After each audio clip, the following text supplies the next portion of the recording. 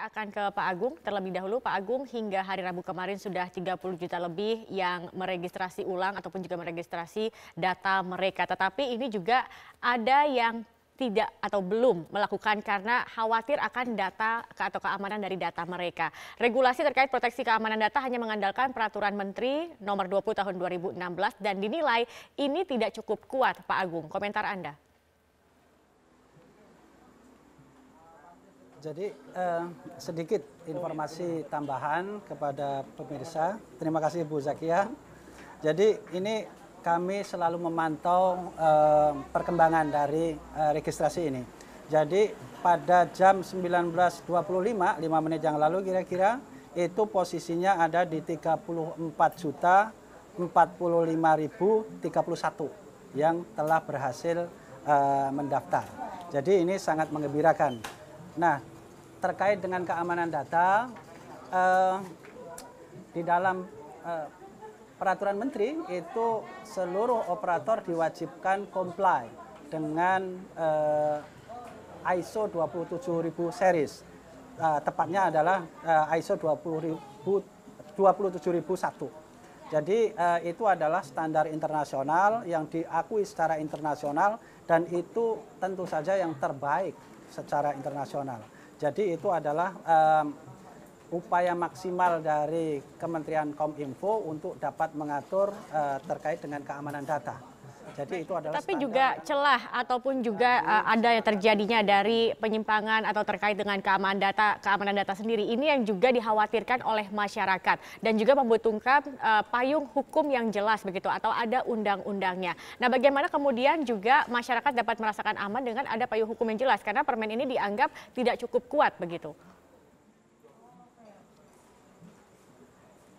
Jadi di dalam sistem perundang-undangan kita tentu saja yang paling tinggi terkait dengan keamanan itu ada di Undang-Undang Nomor 36 Tahun 99. Jadi di situ juga sudah ada aturan yang berkenaan dengan bahwa operator itu wajib untuk menjaga kerahasiaan data dari pelanggannya.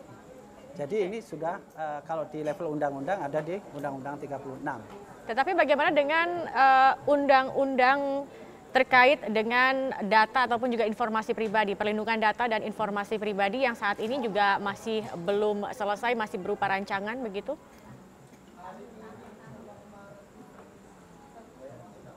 Ya, jadi itu sebetulnya merupakan komitmen dari pemerintah untuk segera menyelesaikan itu. Jadi sementara itu kan tidak boleh ada kekosongan. Jadi tadi informasi dari Pak Menteri itu adalah inisiatif Pak Menteri yang luar biasa. Di dalam sebelum itu selesai maka dibuat oleh beliau peraturan sedemikian rupa sehingga seluruh operator harus mematuhi aturan tersebut. Baik, Pak Agung ditahan dulu karena saya ingin menuju ke Bandung ke Ibu Shinta. Bu Shinta, tadi dikatakan bahwa sudah ada Undang-Undang 36 tahun 19 berkenaan dengan operator, kemudian juga sudah ada komplain dari ISO 2071 untuk operator. Apakah ini cukup untuk memberikan keamanan bagi para pengguna telepon seluler untuk merasa aman ketika mereka meregistrasi ulang dari SIM card mereka ini?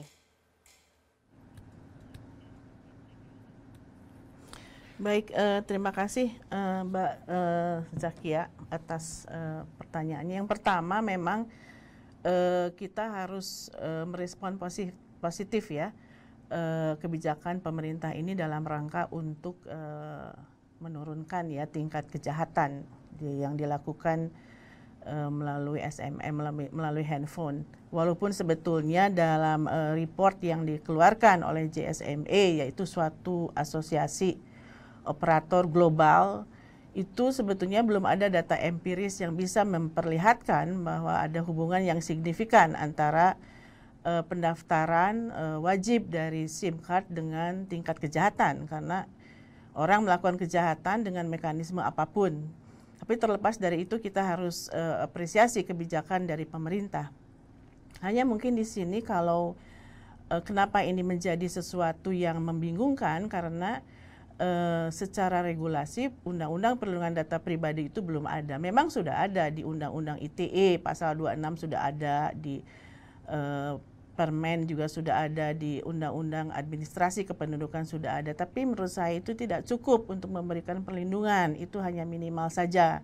Karena Undang-Undang Perlindungan Data Pribadi itu harus ada mekanisme perlindungannya seperti apa dengan menerapkan prinsip-prinsip yang berlaku secara universal. Karena kita tahu bahwa sudah 120 negara di dunia ini yang memiliki Undang-Undang Perlindungan Data Pribadi yang khusus. Di ASEAN sendiri Indonesia belum punya. Negara tetangga kita, Malaysia, Singapura, Filipina, Thailand itu sudah Thailand dalam proses sudah memiliki Undang-Undang Perlindungan Data Pribadi. Ibu Sita, tapi seberapa pentingnya Undang-Undang Perlindungan Data Pribadi dan Informasi Pribadi ini sendiri? Kalau tidak ada undang-undang ini, apa yang terburuk yang bisa terjadi? Ya, yang mungkin yang terburuk adalah bahwa mekanisme untuk penuntutan, misalnya kalau kita merasa bahwa data kita bocor, itu untuk permennya itu kan administratif ya. Walaupun di Undang-Undang Administrasi Kependudukan sudah ada, tetapi tidak secara spesifik memberikan suatu hak kepada kita sebagai pemilik data pribadi.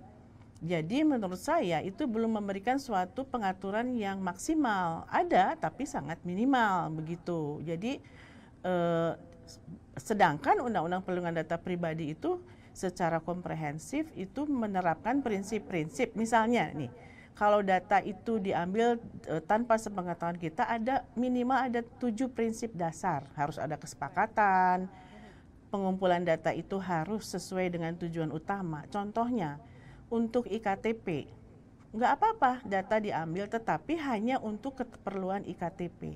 Tidak boleh di-share oleh pemerintah maupun swasta untuk hal-hal yang di luar kepentingan untuk pelayanan IKTP. Misalnya, jelek-jeleknya ini di-share dengan bisnis yang untuk keperluan untuk bisnis. Misalnya, data pribadi kita diprofilkan sehingga menimbulkan atau menyebabkan bisa dikelola oleh bisnis sehingga memberikan keuntungan pada pihak bisnis. Tapi kita nggak tahu data itu dipakai untuk apa gitu. Jadi menurut saya pengaturannya, perlindungannya belum maksimal. Baik, belum maksimal begitu.